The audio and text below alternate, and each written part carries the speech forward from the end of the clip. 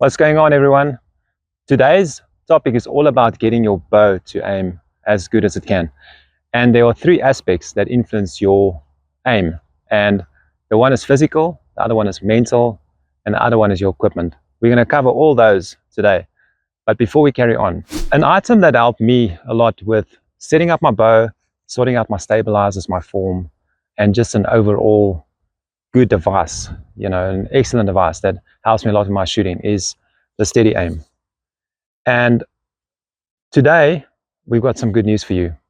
We're going to give one of these items away and to a lucky viewer, and all you need to do is somewhere in the video we're going to give more details and just follow those steps and we'll give one of these away.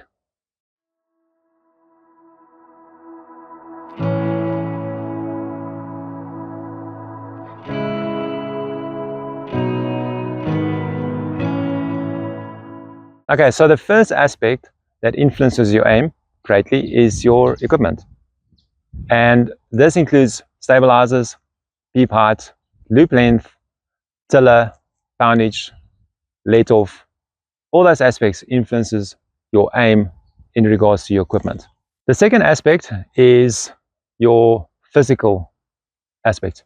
And this includes form, it includes how fit you are, it includes how much you've trained, how much you've practiced. All that stuff influences how steady your body is capable of holding the bow. The third aspect is your mental aspect. And this includes this headspace you're in, how mentally tough you are, how confident you are, and the percentage of anxiety you have, and also the percentage of anticipation you have in regards to your shot. This also influences how steady you hold the bow. Now that you understand all three aspects that is crucial for a better aiming bow, we're going to give you a step-by-step process on how to incorporate this into your shot. Okay, so now the first step is to sort out your bow without your stabilizers. And we actually have a nice video about that that was very successful. It's called How Important Are Stabilizers Really? And this explains to you to make your bow the core focus of your steadiness instead of trying to add on stabilizers and weight to try and make it steadier. It's almost like a band-aid you're putting on. Instead of advancing your bow with your stabilizers, you're trying to mask something. What that video is briefly about, I'll explain it anyway, is you need to take off all your stabilizers off your bow. What this will do is it will make your bow more sensitive to movement. So you will pick up more movement without stabilizers because it's going to move around easier this way and this way. And you'll be able to make small adjustments and then see big improvements on your sight picture. Now that you have the weight completely off your bow, we're going to do step 2. That is playing with your let off. And you can make it higher and lower, and then all you need to do is to see if your aiming improves. The second thing you can do, which is very important, it's actually one of the most crucial parts in aiming better, is playing with your draw length. If you have an adjustable bow like this Exodus, it's easier, a lot easier. It's a bow with rotating mods, and you can shorten it and lengthen it without buying anything or without swapping anything out. Then the next thing you can do is play with your peep height. This also improves your aim quite a lot, and it's very important with how steady you hold. And a general rule is if you feel you dipping out the bottom, your peep sight might be slightly high. So you can move it down and then see if your aim improves, or if it's too low, if you feel like crouched in, you can move it up slightly. And you'll feel without the stabilizers, it's a lot easier to feel this peep height that's ideal for you. You can also close your eyes and then get a comfortable anchor, open them, and then see where it's at. If it's too high, obviously move it down. If it's too low, move it out slightly. And it's going to be minute movements a lot of the time. Another step you can do is play with your loop length. Make it longer, make it shorter, see if it improves. It's that simple. If you feel that your loop length you're happy with that, obviously with none of these steps, if you feel that you're happy there, you don't need to do it. This is just a suggestion to make your bow as optimum as possible. Then the other thing you can do is play with your cam sync, like we discussed in a previous video, but I'm just going over it again, is you can have your top cam hitting faster than your bottom cam and vice versa. And also, of course, you can have it hitting at the same time, which is ideal. But sometimes, like with stabilizer setups and all that, individualism, you need to have it maybe just a slightly off. I'm talking about like a 0.5 millimeter or a millimeter. And it makes quite a drastic change on how your bow reacts. So play with that, see if it works. If it doesn't, at least you've tried it. And then what a lot of guys miss out on or just leave out is your sight aperture. That makes quite a large improvement on your aim. If anything you can see better and it fits better, like that you can see better will improve your aim quite a lot. So for instance, some people will aim better with green because they see it better.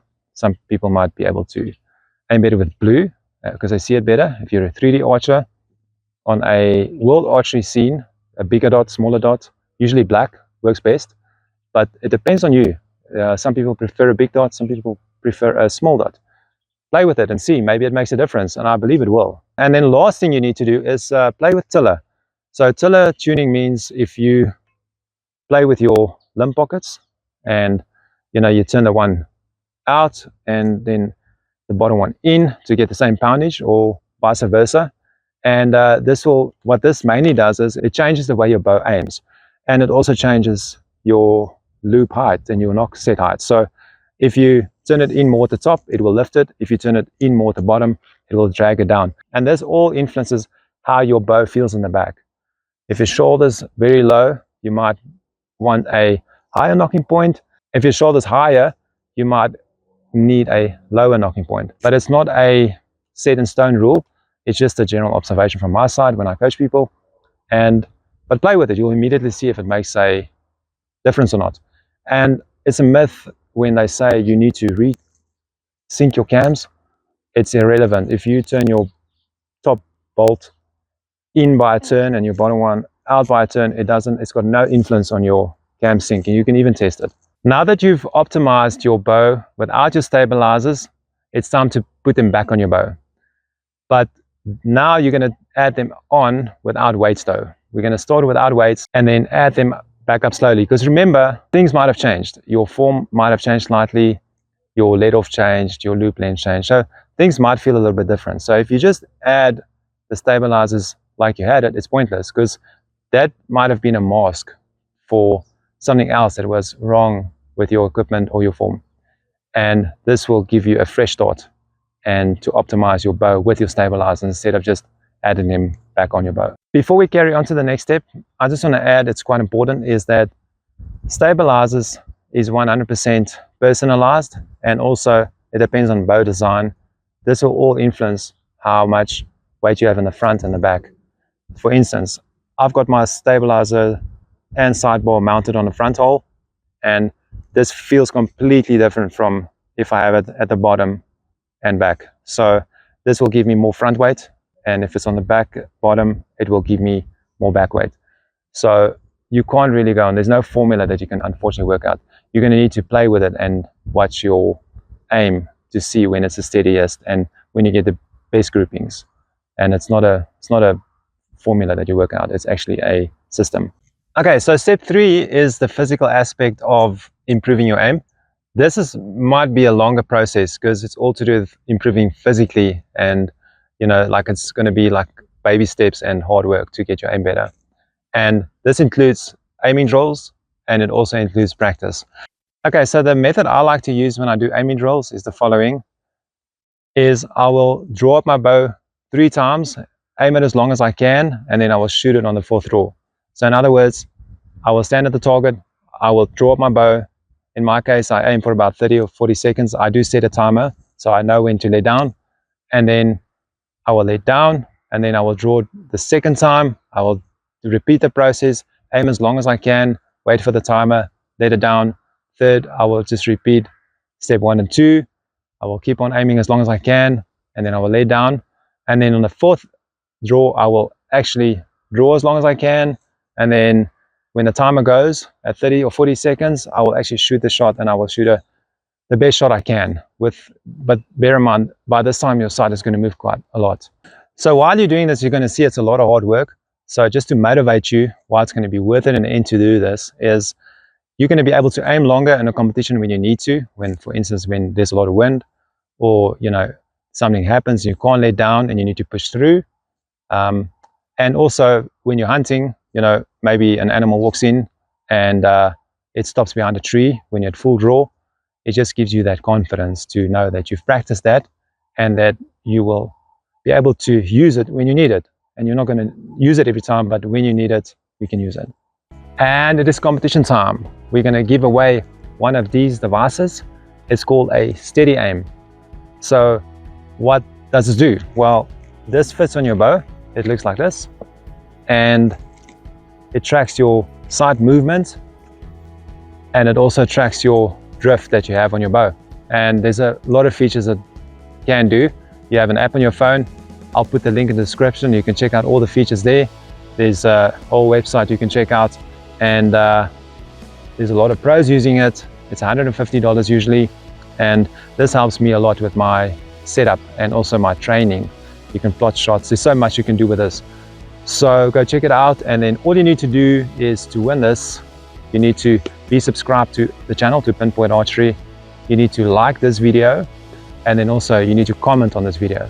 So you need to comment steady aim, and then you can say what you want, but the word steady aim has to be there. Enter and win this. And also, once you've done all three of those steps, your name will go into a draw, and we will announce the winner at the end of April 2024. Okay, so step 4 is to assess your mental aspect of your shooting. So this might be your anxiety levels or your anticipation level. And this also has a very important part in your aiming. So how you do this is you draw your bow, depending on what release you shoot, and then you just aim in the middle, and then you bring your finger around if you shoot an index finger. And if your finger gets close to that trigger and you start moving then, or you get into your click, if you shoot a hinge and you see it start moving then, or if you shoot a thumb release and you have your thumb on the barrel and it starts moving after you've done that, you know that no matter what you do to your physical and also your bow, your equipment side, that's not going to help for it. It might mask it, but you've got another problem. You need to sort out your mental side first. And also in competition, if you do funny things, you do stuff you don't do at home in practice, then you need to work on your mental part instead of trying to mask it with stabilizers and all that. Okay, so if this is the case for you, you might have some anticipation problems, and don't worry, it's completely natural. It happens to almost everyone, if not everyone, and there's lots of programs to follow to try and help you, get this mental problem out of your head. And the method or the system I used is with Joel Turner. A lot of people have heard of him. He's got shot IQ. That helped me quite a lot because I speak from experience here. It happened to me, and in my case, it was I shoot a hinge, and if I can do full draw and I can aim very steady, but as soon as I hear that click, I start anticipating the shot. Everything starts moving, and then I took the click out, and then I would just rotate my release through. But eventually, that also started creeping into my mental state. Even though I didn't have the clicker, it also had an effect. I would start moving as soon as I start moving my release. Okay, so it's really worth checking out his program if you feel you have a problem, and also even if you don't, it helped me a lot. Just go follow his program, check what he's about, and decide if it's going to work for you. Okay, so the final thoughts on all this is, like, once you've done all the exercises and you've done all the equipment changes, then it's time to embrace the movement. It's always going to move. Your sight pin will always move. But the most important thing is to stay in control, stay in the process, and wait for that shot to go off or shoot the best shot you can. But all this just boils down to, there's a stage where you're going to have to embrace the movement, especially when you're under pressure. You're going to move more, and you're never completely still, but you can get it as still as possible through the exercises we've given you here. And when you wake up in the morning on a competition, or when you go hunting, that day you have what you have. Trying harder is not going to help. Trying harder, aim harder, it's not going to help. You need to embrace the movement and just focus on the shot process. Watch your pin move and just shoot the best shot you can, and everything will be fine. That's it for today, everyone. Once again, thank you for watching, and we'll see you soon.